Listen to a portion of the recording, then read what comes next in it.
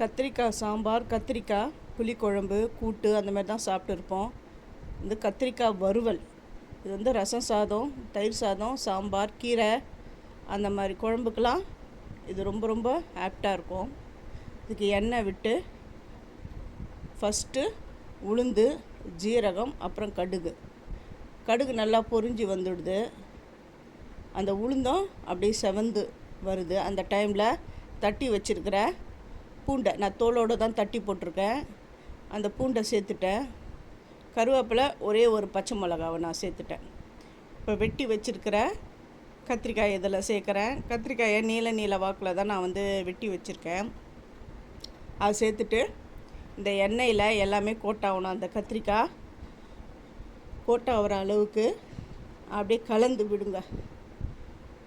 நான் வந்து நாம கத்திரிக்காய் தான் எடுத்திருக்கேன்.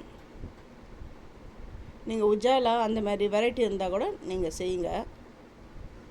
இதுக்கு மஞ்சப்பொடி, தனி மிளகாய்த்தூள் 1 ஸ்பூன், குழம்பு மிளகாய்த்தூள் ஆல் பர்பஸ் அந்த தூள் தான் எடுத்திருக்கேன், அது 1 ஸ்பூன்.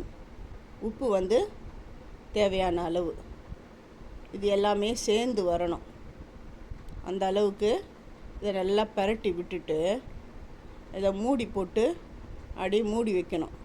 ரொம்ப நேரம் மூடக்கூடாது. அப்பப்போ திறந்து கிளறி விடணும். ஏன்னா தண்ணி இதில் சேர்க்கல, அதனால் அடி பிடிச்சிடும் சீக்கிரம். சூப்பரான கத்திரிக்காய் பொரியல் பண்ணிட்டு